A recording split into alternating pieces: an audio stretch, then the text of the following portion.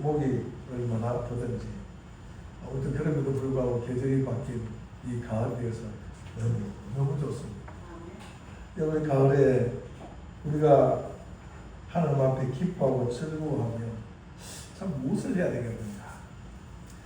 하나님을 경외하는 이 진정한 그 기도와 예배의 재단이 무너져가는 시대에 하나님 앞에 이 분재를 드리는 재단을 삼는 교회, 그 희망과 소망이 꺼져가는 시대에 그 재단을 찾는 하나님이 주신 은혜로 말미암아 희망을 세우는 성도, 이 가을에 우리의 서두근이 되어야 되겠습니다. 오늘의 주제는 노아의 방주입니다. 방주를 설교하기 전에 우리 방주의 홍수가 시작된 것이 노아 나이 600세 되는 7장 11절에 보면 600세 되는 2월 17일로 성경 기록하고 있습니다. 그리고 장세기 8장 13절 우리 앞전에 보면 서서히 물이 그치기 시작하더라 했습니다. 이게 601세 1월 1일이라고 성경을 말하고 있습니다.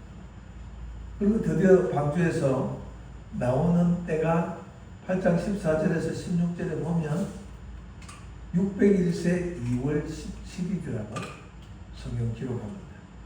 그래서 이제 비는 40주야로 왔습니다.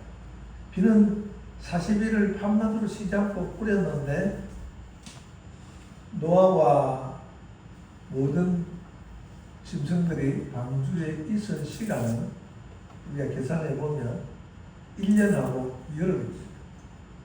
이 375일을 그 방주 안에 갇혀 있었습니다. 얼마나 참 지겨웠겠습니까? 땅이 이제 다 말라서 방주가 아라라산에 딱 정착을 하고 말라서 나오기까지 375일 동안 여러분 상상해 보십시오. 물론 이 방주가 굉장히 큽니다. 우리 축구장 넓이보다 더 크고 넓이는 한 23m, 28m, 23m 가까이 되고 높이는 3,900 정도, 16m 정도. 그러니까 그럼에도 불구하고 그 안에 수만 마리의 짐승이 있었습니다. 짐승이 똥을 싸고 이것이 빨리 안 치우면 그 메탄가스라든지 얼마나 이 사도에 보면 약 한 3만 5천여 마리의 짐승이 동물이 세 가지 실려 있다고 했습니다. 그럼 노아 가족 8명이 이 짐승들을 돌보려면 잠도 제대로 잤겠나 싶습니다. 먹이 주고 똥 치우고 저기 아프면 또 가고 이게 1년이 넘으니까 또 새끼도 친단 말입니다. 새끼 놓고 그거 돌봐야 되고 그런 가운데서 이 노아는 당대의 의인이라고 하나님께서 칭하셨습니다. 이 노아는 그 375일 동안 냄새나는 때로는 어두컴컴한 그 방주 안에서 하나님의 의를 보았습니다. 그리고 하나님은 그 방주 안에서 성실히 하나님을 예배하고 하나님 맡기심을 잘 감당하는 그 노아의 의를 역시 또 보았습니다. 제가 지난 금요 후보 기도회 때 기도를 하는데 어떤 한 대상을 두고 기도를 했습니다. 근데 그 마음이 느껴지는 거예요. 야, 그 어려운 이 상황이 얼마나 그것을 극복하려고 얼마나 애를 쓰고 노심초사하겠는가. 그 마음이 느껴지는 거예요. 기도하니까. 느껴지니까 얼마나 힘들었을까. 가슴이 뭉클해지는데 더 중요한 것은 그 마음을 하나님이 담고 계시다. 우리가 보지 못하는 그 마음을 하나님은 이미 보고 담고 안타까워하고 계시다. 그걸 생각하니까 얼마나 감사하던지 눈물이 나오는데 그냥 엉엉이 아니고 자네 나는 그 통보 너무나 감사해서 어찌할 말을 못해. 참 모처럼 그렇게 기도하면서 하나님의 마음을 잘 느끼고 참 눈물로 기도했습니다. 우리가 힘들거나 슬프거나 기쁘거나 고난 가운데 있어도 사람은 몰라도 가까운 사람, 부부, 자녀 뭐 이런 상황은 몰라도 하나님은 그걸 다 보고 계신다는 거죠. 노아가 담대의 의인으로서 수많은 사람들이 전 인류가 다 축복하는 가운데 방도 안에 들어가서 아내와 새 아들과 새 자구와 그 생활을 동물들을 돌보며 하기까지 얼마나 어려움과 고통과 고난과 좌절이 때는 많았겠습니까?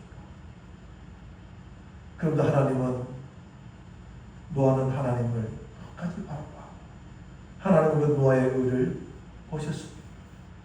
그래서 노아 한 사람으로 말미암아 그 온 집을 구원을 해 주셨다는 것을 우리는 성경을 통해서 알고 있습니다. 이런 노아의 그 믿음의 그늘 속에 노아 한 사람의 믿음의 그늘 속에 그 가족들이 영향을 받았다는 거죠. 그래서 그들 역시 하나님과 바른 관계를 노아로부터 영향을 받아서 가지게 된 것입니다. 한 사람, 여러분 역사를 보면 언제든지 역사는 한 사람으로부터 시작이 됩니다. 하나님의 역사는 성경을 보면 절대로 집단적으로 시작된 적이 없음을 우리는 성경을 보면 알 수 있습니다. 첫 사람 아담. 그 아담의 불순종으로 말미암아 전 인류가 죄인이 되었습니다. 그래서 하나님은 두 번째 아담으로 이 땅에 예수 그리스도를 보내십니다.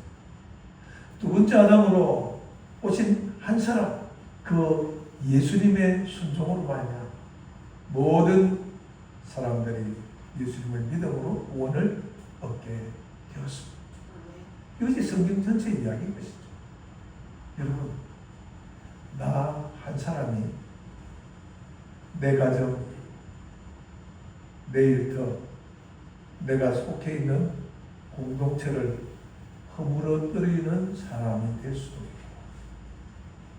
있고 온전히 세우는 사람이 될 수도 있다는 것을 여러분 기억하시면 참 좋겠습니다. 창세기부터 계시록까지를 우리가 이런 한 사람의 관점에서 제가 말씀을 연구하면서 그런 관점에서 한번 살펴보았습니다. 성경 전체를 우리가 했던 한 사람이라는 어떤 관점에서 한번 보십시오. 한 사람 때문에 한 시대가 흥하고 한 사람으로 인해서 그 시대가 멸함을 받는다는 그 상황을 성경에 참 많이 설명을 하고 있습니다. 여러분 그런 관점에서 성경이 기록되어 있다는 것을 제가 다는 보지 않았지만 사무엘서 몇몇 성경을 보면서 그것을 깨달을 수가 있었습니다. 그 한 사람의 중요성이 가장 두드러지게 보여주는 시청각적인 그 자료로 보여주는 성경이 바로 사무엘입니다. 사무엘서의 시작부터 엘리 제사장이 나옵니다. 그렇죠? 마지막 제사장이라고 우리가 볼 수 있죠.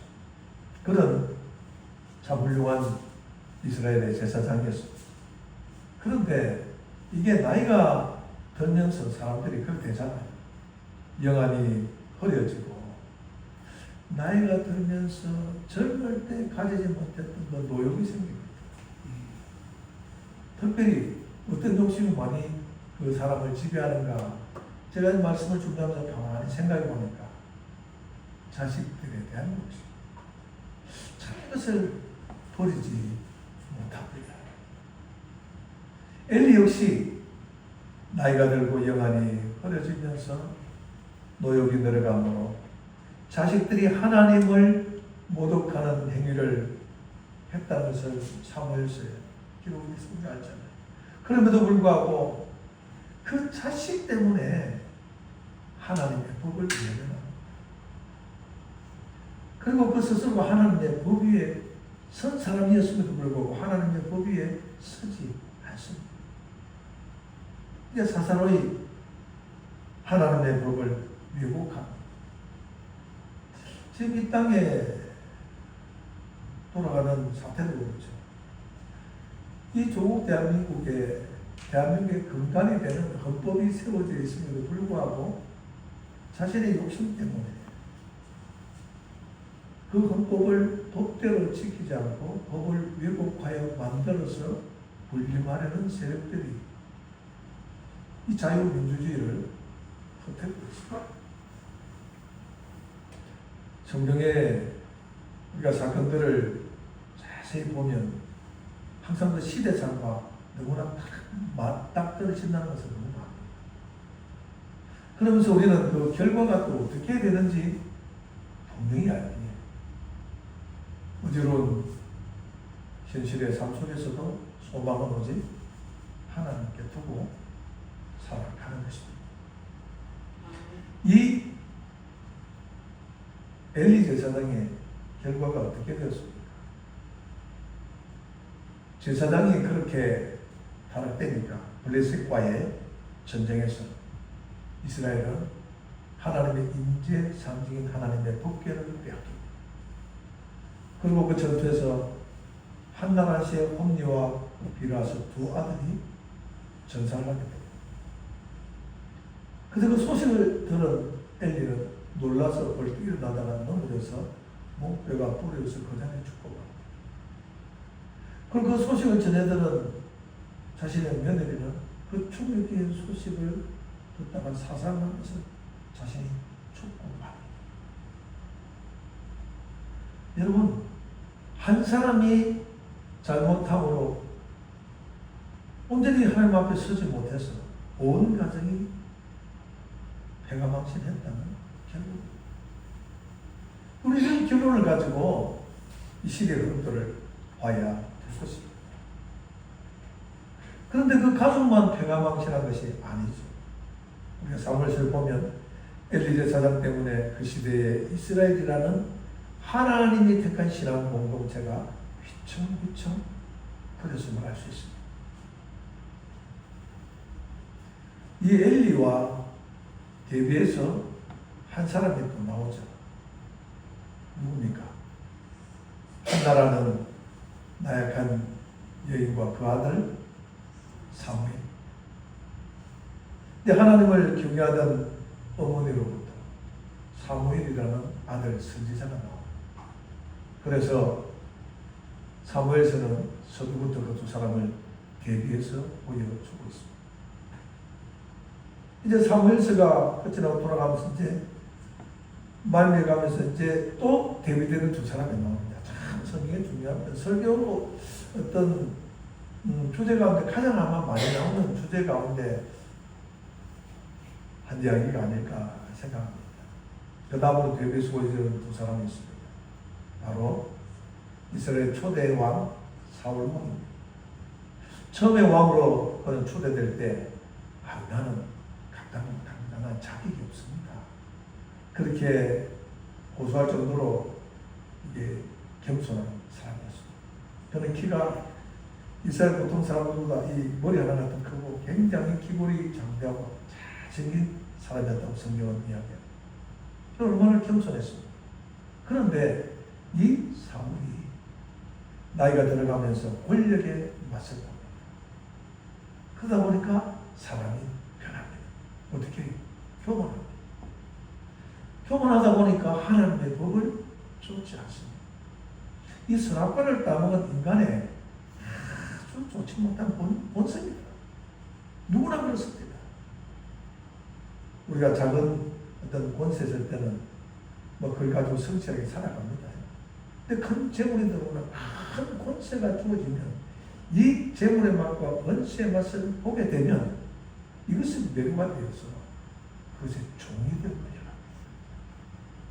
그러다 보니까 하나님은 뒷전입니다. 그래서 하나님의 법을 쫓지 않는 것이 인간의 본성이더라는 거죠. 하나님의 법을 쫓지 않았다는 그 말은 자기가 하나님의 자리에 앉았다. 그런 말. 얼마나 교만해졌습니까? 사울 왕의 끝은 블레셋과의 전쟁에서 세 아들이 한 달 안씩 그 현장에서 죽고, 그 군대가 거의 절멸되다시피 하고 자신도 그런 상황에 자살해서 죽고, 근데 그것으로 끝나지 않고 블레셋 군대들이 전리품을 이렇게 찾다가 왕자가 죽은 것과 사울 왕이 죽은 시체를 본 거예요. 그래서 그 시체를 그 자리에서 목을 베어가지고 그 시신은 블레셋 성벽에다가 걸어놓고 모독을 합니다. 얼마나 여러분 비참한 말로인지 모릅니다. 엘리 제사장과 마찬가지로 사울이라는 한 사람이 자녀들에게 아버지고 나라의 왕이잖아요. 이 한 사람, 사울이라는 한 사람이 잘 못했습니다. 그러다 보니까 집안이 멸문지화 된 것은 물론이고, 같이 전쟁을 하는 전 군사들이 전멸하고 이스라엘이 풍전등화의 위기를 맞았다는 것입니다. 많은 미래학자들이, 예언가들이 그렇게 얘기를 하죠. 인도의 그 예언가 사도 스바라시 같은 사람, 흰 머리에 망토의 복에 나오는 사람 있잖아요. 그런 사람들 그 예언을 들어보면 우리나라가 그냥 이 위기가 금방 극복될 것 같지가 않습니다. 왜냐하면 하나님이 붙잡고 건드신다. 하나님이 이 시대의 교회와 이 시대 사람들이 타락한 것 때문에 하나님이 붙잡고 건드십니다. 그 도구를 특정한 사람을 세워서 그 사람을 짝대기로 삼아 한국 교회와 성도들과 이 풍요로움에 쓰러져가고 병들어가는 이 땅을 하나님 막대기로 치신다. 그럼 그게 어느 정도 삭시 감당되어야 된다. 무너질 것은 무너지고 죽을 것은 죽고, 그래 남은 거루투기를 통하여 하나님이 다시 세우신다. 성경이 항상 그것을 이야기해 주고 있습니다.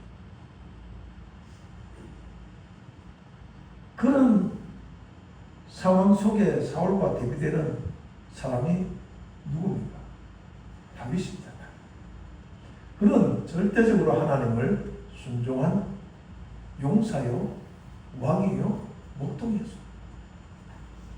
그런 그를 통하여 풍전대와 같은 유다 왕국이 명맥을 이어가게 됩니다. 그와 함께 모였던 사람은 다윗이 도망자 신세로 도망가던 하늘은 광야에서 아둘람 동굴에 수백 명이 모였습니다. 그 사람들은 교만할 수도 권세를 가질 수도 없는 위치에 있었던 사람들이었습니다. 원통한 자, 마음이 상한 자, 누구에게 배반당한 자, 이런 나쁜 사람들이 모여서 서로를 위로하며 하나님의 에이덴, 즉 샬롬을 누렸던 것입니다. 이 하나님의 샬롬이 임하니까 이 하나님께서 번성해가는 역사를 한 사람 다윗을 통하여, 순종하는 다윗을 통하여 하나님은 허락해 주셨습니다. 그 다윗 한 사람을 통하여 이스라엘이 통일 왕국이 되고, 다윗 한 사람 그 가게를 통해서, 촉구를 통해서 예수 그리스도께서 이 땅에 오시게 되는 놀라운 축복도 허락해 주십니다. 순종과 불순종의 차이가 얼마나 이거 극명합니다. 지금까지 저와 여러분도 어떤 한 사람이었을까? 우리가 지금 몇 명을 살펴보았지만 그 몇 명 중에 나는 어디에 속한 사람이었다. 지난 것은 중요할 수도 있지만 성경은 말씀합니다. 이전 것은 지나가시니 보라 새로운 피조물이 되었도다 라고 말씀합니다. 여러분, 지금까지 저와 여러분이 어떠한 삶이었든지 이전 것은 다 지나갔다고 합니다. 중요한 것은 지금부터 나 한 사람으로 인해서 내 아내와 내 남편과 내 가족과 내 공동체가 하나님 앞에서 바로 설 수 있어야 된다는 것입니다. 아니 그렇게 나 한 사람을 통하여 그 모든 것들이 바로 설 수 있어야 되지. 나 한 사람 때문에 그런 것들이 가정과 배우자가 가족이 공동체가 허물어진다면 우리가 어떻게 하나님 앞에 설 수 있겠냐. 노아는 그 한 사람으로 인해서 그 가정뿐만 아니라 인류의 역사를 새롭게 세우는 하나님의 도구가 된 사람이었습니다. 18절을 제가 다시 한번 읽어보겠습니다. 노아가 그 아들들과 그의 아내와 그 며느리들과 함께 나왔고, 하나님께서 이제 6장에서 보면, 7장에 보면 방주에 들어가라 하십니다. 이제 홍수가 시작되니까. 그래서 하나님께서 방주에 들어가라 하셨기 때문에 들어갔습니다. 그런데 이제 하나님께서 나오라 하실 때에 그 방주 안에 안일하게 앉아서 그저 편안하게 있던 삶 때문에 하나님 잠깐만요, 나가기 싫은 데가 안 나가겠습니다. 인간은 그렇게 할 수 있습니다. 사람이 서 있으면 앉고 싶고, 앉으면 기대고 싶고, 기대면 눕고 싶고, 누워있으면 자고 싶은 것이 사람의 성정 아닙니다. 그럴 수도 있음에도 불구하고 노아는 방주로 들어가라. 아무것도 없는데, 비도 안 오는데 방주로 들어서 문을 닫으라. 곧 비가 올 것이다. 순종하고 들어갔다는 거죠. 그런 노아가 나오라니까 또 군말없이 순종하고 나왔다고 말을 하고 있는 것입니다. 이 중요한 부분이죠. 이 순종에 대한 부분. 여러분, 노아가 들어갔던 방주, 우리에게 영적으로 어떤 의미가 있겠는가? 여러분, 방주는 천년만년 그새 살려고 들어가는 것이 절대 아니라는 것입니다. 방주는 들어갈 때 나오기 위해서 들어가는 것입니다. 이 방주는 그 자체로서 사람이 안식을 누리고 안락을 누리는 목적이 아닙니다. 사람의 목적, 인간의 목적은 안락이 아니고 평안이 아니고 하나님이 되어야 돼요.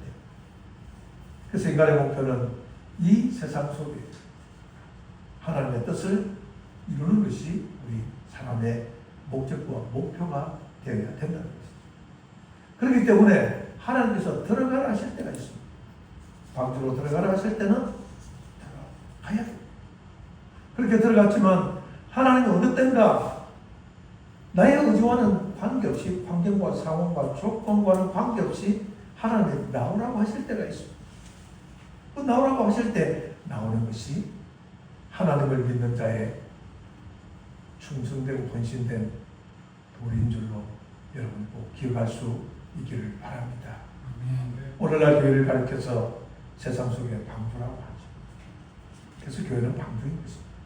사람을 보내낸다는 의미에서 교회를 방주라고 하는 겁니다.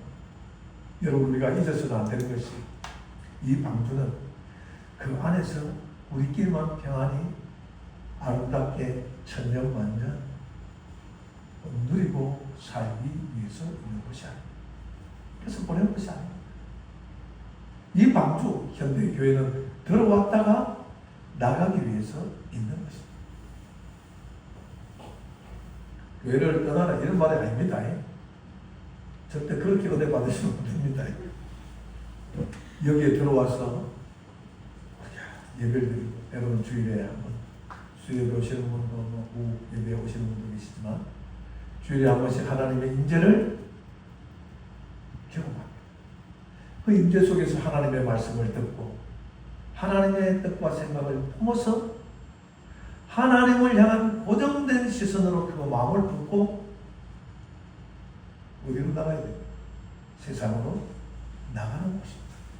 그것이 방주요 교회의 의미인 것입니다. 그렇게 세상 속에 나가서 하나님의 마음으로 말씀을 따라 살아가는 것입니다.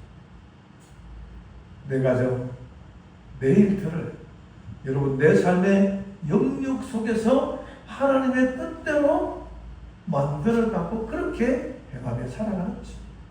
그럴 때 그렇게 사는 우리를 통해서 세상이 바뀌는 것이죠. 그렇게 살아가야 세상이 바뀌어요. 그런데 지금까지 한국 교회가 세계 유례없는 부흥을 대형 교회 목사님들을 탓하는 것이 아니라 사람 그럴 수밖에 없다는 거죠. 크니까 배가 나오니까 많이 먹으니까 병이 옵니다. 살찌니까 부패합니다. 종교 역시 마찬가지입니다. 불교도 마찬가지고 캐톨릭도 마찬가지입니다. 여러분 그렇게 해서는 세상이 바뀌지 않잖아요. 물질로 바뀝니까? 사람이 사람을 바꿀 수 있습니까? 우리가 자녀들 양육할 때도 그런 말이 있죠. 몸으로 가르치는 것만 남는다. 그 행함을 보고 자녀들이 변하고 바뀌고 아름답게 성장해 가는 것입니다. 2000년 기독교 역사를 우리가 볼 때에 교회가 타락할 때는 제가 방주의 의미를 방주 안에 머문다는 그 의미를 둔 것처럼 여러분 교회가 타락할 때는 사람들이 교회 속에만 머물고 있습니다. 지금 이제 교회가 서서히 움직이기 시작, 정말로 움직이기 시작하는 때가 되었습니다. 그전에는 교회가 교회 안에만 머물러 있었습니다. 나라와 정치와 시대에 흐름은 나와는 관계없다는 거죠. 무산일주의, 극단적 이기주의, 내만 편하면, 우리 교회만 잠자고 편하면 된다. 이런 상황이었습니다. 한 사람이 중요합니다. 여러분 지금 네팔의 상황을 보면서 우리나라도 마찬가지였잖아요. 청년한 사람의 그 강한 의지 속에 그 불타는 눈동자와 강력한 생명보다 모든 것을 딱 포기하고 나라와 민족을 위하여 선포하는 것, 메시지, 강력한 메시지를 여러분 들어보셨는가 모르겠습니다. 저는 그 메시지를 생각해 지금도 여기가 쭉쭉해서 합니다. 얼마나 강력하게 메시지를 하는지. 그러니까 그 한 사람의 강력한 메시지를 듣고 네팔 국민이 밖으로 나오기 시작. 나라가 바뀌기 시작. 나라가 변하기 시작했습니다. 여러분 우리가 무사한 일 속에서 빠져 있을 때 그리스도인으로서 바른 역할을 못하게 되는 것입니다. 목자는 그렇게 말합니다. 교회가 썩으니까 나라가 썩고 정치, 목사가 기독교인들이 썩으니까 정치가들이 썩는다. 그 유명한 말 있잖아요. 그 삼성의 이건희 회장이 무슨 국민은 인류고 기업은 인류고 그런데 정치는 사람입니다. 이 시대가 그렇게 변해졌습니다. 정직한 사람들이 바른 소리를 못 내고 그렇게 무사한 일에 빠져 살아가기 때문에 그 정직한 사람이 누굽니까? 바로 하나님의 말씀을 듣고 그대로 행하며 지켜야 될 그리스도입니다. 그리스도인들은 하나님의 말씀을 교회에서 듣고 은혜를 받고 하나님의 마음을 품고 생각과 하나님의 시각을 가지고 세상 속으로 나가기 위해 존재하는 사람들입니다. 그 세상을 변화시키기 위해서. 그래서 예수님이 이 땅에 우리의 죄를 대신 갚으시고 오신 것이 아닙니다. 에클레시아 그 말뜻을 우리는 잘 압니다. 세상으로부터 부르심을 받은 자, 세상 속에서 구별하여 돌려내어 건진받은 자. 여러분 우리는 에클레시아임과 동시에 아포스톨로스라는 헬라어 뜻이 있습니다.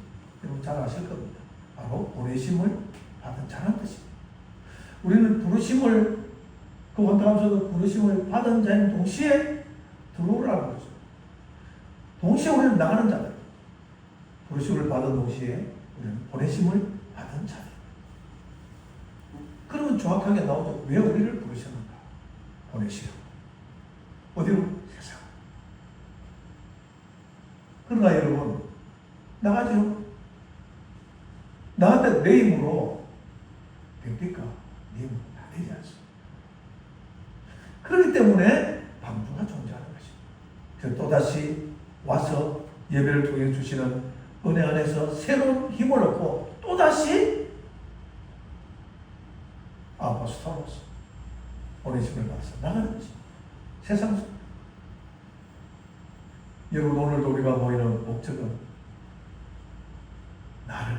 우리를 통하여 주님의 뜻을 세상 속에서 구현하기 위해서 모여서 우리는 예배를 주님 앞에 드리고 있는 줄로 저는 믿습니다.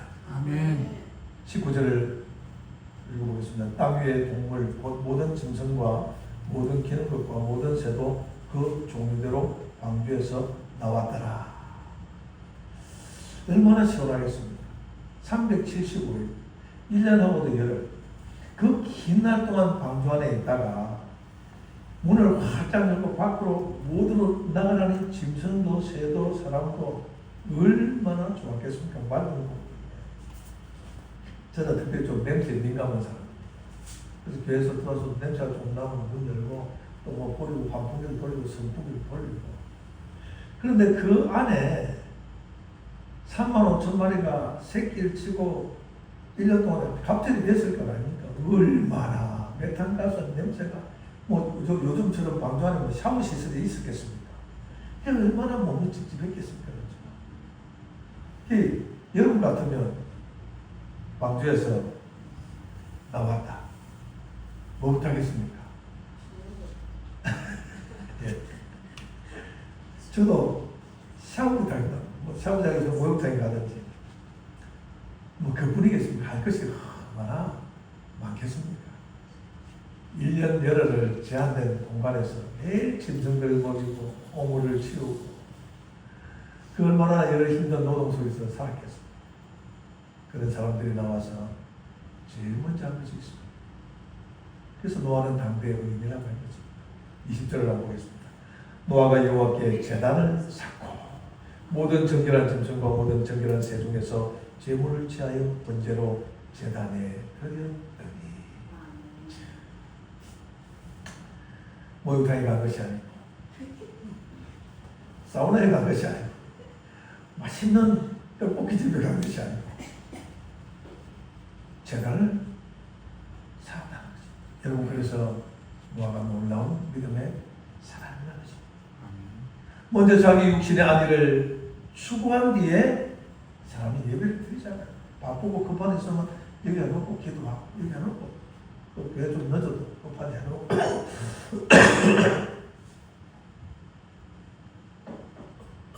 하는 것이 대부분의 사람들입니다. 예배도 그런 경우가 많지 않습니다. 그런데 노아는 제단을 먼저 쌓았습니다. 그리고 정결한 짐승을 잡아서 번제로 하나님 앞에 드렸습니다. 왜 그랬을까? 그 이유는요, 내가 방주에서 나오게 된 것도, 내가 방주에 들어가게 된 것도, 들어오고 나오게 된 것도 내 능력이 아니고, 1년 열흘 동안 내가 살아남은 것도 내 능력이 아니고, 내가 이 세상에 나온 것도 내 뜻을 구현하기 위한 것이 아니라는 것입니다. 노아는 철저히 깨달은 것입니다. 방주 속에서 하나님을 향한 고정된 시선 속에서 그 방주는 창이 없다고 했잖아. 위로만 불러져 있다 했잖아. 그러니까 방주 안에서 위를 향하여 하나님을 바라보는 고정된 시선 속에서 노아의 사고방식은 이처럼 철저히 하나님 중심으로 바뀌었다는 것입니다. 교회는 우리의 성정, 우리의 생각, 우리의 시각 중심을 하나님께 고정시키는 훈련장인 줄로 믿습니다. 아멘. 그 훈련이 잘 돼서 세상에 나가면 우리는 세상을 변화시키는 아멘. 방주를 만든 노아 같은 삶이 된다는 것입니다. 아멘. 노아가 정결한 짐승을 잡아서 번제를 드립니다. 근데 제단에서 제물을 잡죠. 죽입니다. 그렇죠? 그 번제를 드리는데 실제로는 우리가 여기가 제단이잖아요. 예배를 드립니다. 제사를 드립니다. 근데 제물이 어디 있습니까? 제물은 바로 나입니다. 실제로는 나를 잡는 겁니다. 이 제단을 쌓았다라는 히브리어 원어를 보니까 미즈베 아흐라고 하는데 그 뜻이 죽이다, 희생시키다, 잡는다는 말입니다. 그러니까 실제로 이제 이 제단을 쌓고 번제를 드리는 것은 나를 희생시키고 나를 죽이는 행위인 것입니다. 그 나를 대신해서 짐승과 제물을 잡는 것이기 때문에 그런 의미가 있는 것이죠. 여러분 그렇습니다. 내가 죽어야 나를 통하여 하나님의 온전한 은혜가 드러나는 것입니다. 그런 의미에서 보면 여러분 예배는 그날 주시는 하나님의 말씀 속에서 내가 죽는 것입니다. 아멘. 여러분 지난주 혹시 본문이나 설교 제목이 생각나십니까? 목사님 저도 어떤 때는 깜빡하고 생각 안 날 때가 있는데 누가복음 8장에 좋은 밭의 의미였습니다. 우리가 지난주 그 말씀을 가지고 있었다면, 그래서 예배를 통해 내가 죽었다면, 내가 시가 되어 죽어서 내 삶의 영역에 반드시 하나님의 열매가 맺혀져야 우리 정상입니다. 그렇지 않으면 우리의 예배는 그냥 때우는 것입니다. 왜? 내가 죽지 않았기 때문에. 그래서 그 말씀으로 내가 옷을 입지 않고 세상에 나가 하나님의 능력이 나타나지 않는 것입니다. 내가 죽으면 그 말씀, 그 예배, 번제를 통하여 세월이 된 내가 죽으면 그 말씀이 내 삶 속에서 육신을 입게 되는 것입니다. 그래서 한 주간 그 말씀을 옷을 입고 살아가면 내가 하나님 안에서 말씀을 통해 내가 죽으면 하나님의 능력이 없이 나와 함께함으로 말미암아 하나님의 영광이 나타납니다. 여러분 진정 우리가 예배를 통해 내가 죽는다면 우리는 분명히 내 일상의 삶을 통하여 하나님의 살아계심을 내가 느끼게 될 줄 믿습니다. 아멘. 여러분 제단에 제물되면 어떤 의미가 있는가? 하나님을 철저히 경외하고 하나님 앞에 어처럼 감사하는, 그래서 노아처럼 방주에서 다시 나와 내게 다시 주신 영적 생명과 그 은혜를 통해서 주님만을 바라본다는 고백이 진정한 예배의 의미이기도 합니다. 또 제단을 쌓는다는 것은 그 신앙은 새로운 희망의 출발점. 그래서 오늘 제목을 제단을 쌓는 교회 희망을 세우는 성도라고 정한 것입니다. 제단을 쌓는다는 것은 여러분 그런 신앙은 막막한 가운데 새로운 희망의 출발점이 되는 것입니다. 여러분 오늘날 그리스도인들이 해야 할 일이 바로 이것입니다. 정치적 논쟁에만 매달려 실험을 하거나 세상의 방식으로 맞서 싸우려는 것이 아니라 내가 제물된 기도의 제단을 먼저 쌓는 것입니다. 그것이 우선인 줄로 저는 믿습니다. 아멘. 여러분 그렇게 성도된 우리가 하나님의 교회가 하나님 앞에 무릎을 꿇을 때 나라는 살아날 줄로 믿습니다. 아멘. 내가 제물이 되어 제단을 쌓을 때 흔들리는 우리 가정이 굳건하게 설 줄로 또한 믿으시기를 주님의 이름으로 축원합니다. 아멘. 성도의 여러분 무릎 꿇는 그 자리는 어떠한 상황 속에서도 희망의 출발점이라는 것을 여러분 꼭 기억하시고 삶이 힘들 때마다 무릎 꿇는 것을 기억하시고 하나님 앞에 늘 무릎을 꿇을 수 있기를 주님의 이름으로 축원합니다. 광주는 제가 서두에 말씀드렸다시피 136m 그리고 폭이 23m 높이가 14m 가까이 3,000구조로 되어 있습니다. 그런데 그 안에는 35,000마리 정도가 들어갔습니다. 그런데 지금 학자들이 과학자들이 조사를 해보니까 그 안에는 짐승을 약 12만 5천마리 정도가 충분히 들어갈 공간이라고. 그런데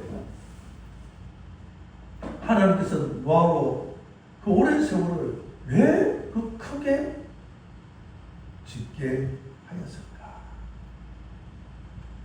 하나님은 1년 넘는 기간을 하나님 딱 정하고 있어서 우리는 모르지만 그 안에서 들짐승, 날짐승 이것들이 번식을 한다는 것이죠.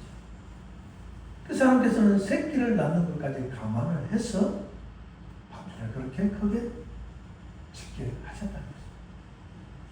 무엇을 말합니까? 우리 하나님은 바로 이런 분이십니다. 우리가 내가 미처 계획하지도 못하고 생각할 수도 없는 것까지 내 생각이 미치지 못하는 것까지 오늘도 우리 주님은 예배드리는 우리의 삶 속에 치밀하게 계획하시고 계산하시면서 나를 위해서 역사하시는 분이시라는 것을 여러분 믿으십니까? 아멘. 그러면 여러분의 삶 속에는 반드시 하나님의 역사가 나타날 줄 믿습니다. 아멘. 우리가 1년 열흘 뒤에를 어떻게 알겠습니까? 한치 앞도 모르는 하나님은 그것까지도 다 예비를 해놓으셔서 단계적으로 청별로 부분 디테일하게 역사하시는 하나님이십니다. 그래서 우리가 하나님의 이름을 전능하신 하나님이라고 일컫는 것이죠. 아멘. 이런 하나님 앞에 오늘 우리가 사는 이 제단 제물됐나? 이것은 새로운 회복의 시작점이 될 줄 믿습니다. 아멘. 우리의 예배를 받으시고 노아의 제사를 받으시고 여러분 21절 21절 참 아름다운 말입니다. 읽어보겠습니다. 여호와께서도 향기를 받으시고 그 중심에 이르시되 내가 다시는 사람으로 말미암아 땅을 저주하지 아니하리니 이는 사람의 마음이 계획하는 바가 어려서부터 악합니다. 내가 전에 행한 것 같이 모든 생물을 다시 멸하지 아니하리니 땅에 있을 동안에는 심음과 거두음과 추위와 더위와 여름과 겨울과 낮과 밤이 쉬지 아니하리라. 할렐루야. 그래서 동남아 어째 태국보다 더 더운 것 같더라고. 태국보다. 여러분 이 말은 무슨 말입니까? 역사의 주권자가 하나님이심을 선포하는 말씀입니다. 오늘날 여러분 정치적 상황이 어둡고 교회가 핍박을 받는 시대가 시작되고 있지만 여러분 박해가 어쩌면 우리를 더 단단하게 할지도 모르지만 그러나 여러분 하나님께서는 여전히 분명히 하나님께를 정해 놓으신 것을 저는 믿습니다. 그리고 하나님은 하나님께를 정해 놓으시고 세상을 주관하고 이끌어가고 계심을 우리가 믿음의 눈을 열어 볼 수 있기를 축원합니다. 아멘. 그리고 눈물과 함께 기도의 불을 끄트리지 말고 나아가야 됩니다. 이게 우리의 도리입니다. 여러분 이 시대에 이 조국과 민족의 희망 네팔의 청년처럼 탁월한 지도자에 있지 않습니다. 우리 야당의 어떤 탁월한 지도자가 나와서 지금 이끌어가고 있지만 우리의 힘은 될 수 없습니다. 하나님이 바라보시는 이 조국과 민족의 희망은 하나님께 무릎 꿇는 교회와 하나님께 무릎 꿇는 성도, 즉 나 한 사람을 통해 시작이 되는 줄로 믿습니다. 아멘. 기도하겠습니다. 하나님 아버지, 홍수 심판 후에도 제단을 쌓는 노아를 본받아 오늘날 우리도 이 시대의 혼란과 그로 인해 닥쳐진 여러 어려움 속에서 하나님 앞에 무릎 꿇고 제단을 쌓게 도와주시옵소서. 아멘.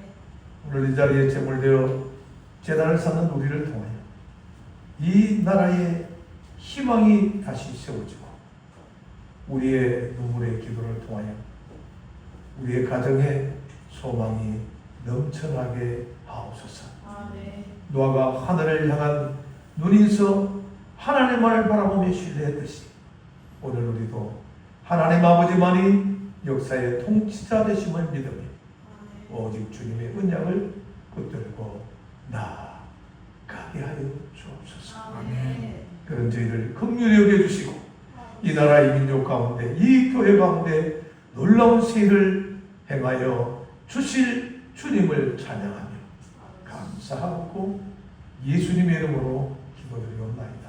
아멘. 우리 주신